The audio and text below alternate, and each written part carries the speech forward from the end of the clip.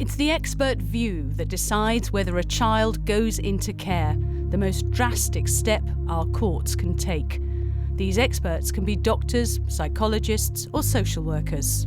I might take 15-20 hours to work on an assessment of a mother.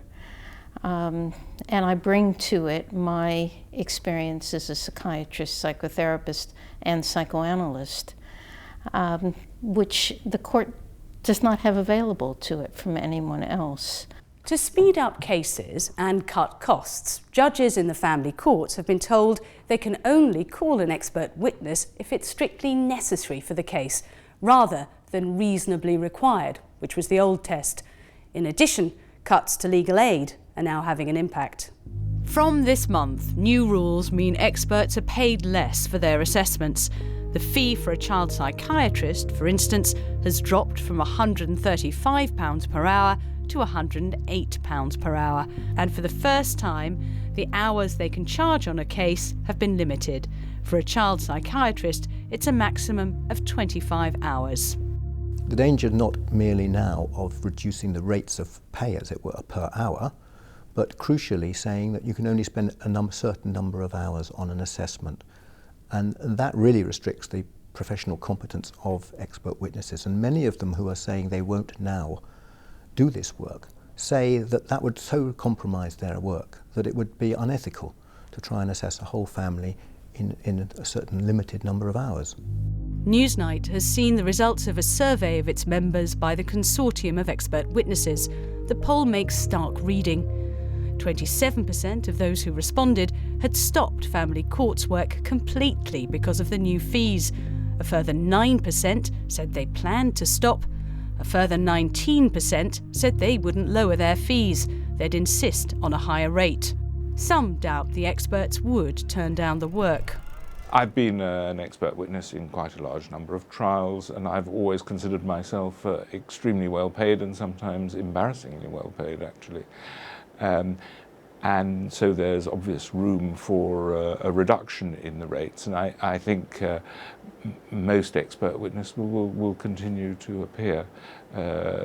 They like the work, they're well paid anyway, and so I don't think there'll be any effect at all in the availability of experts. Well, expert rates were cut significantly in October 2011.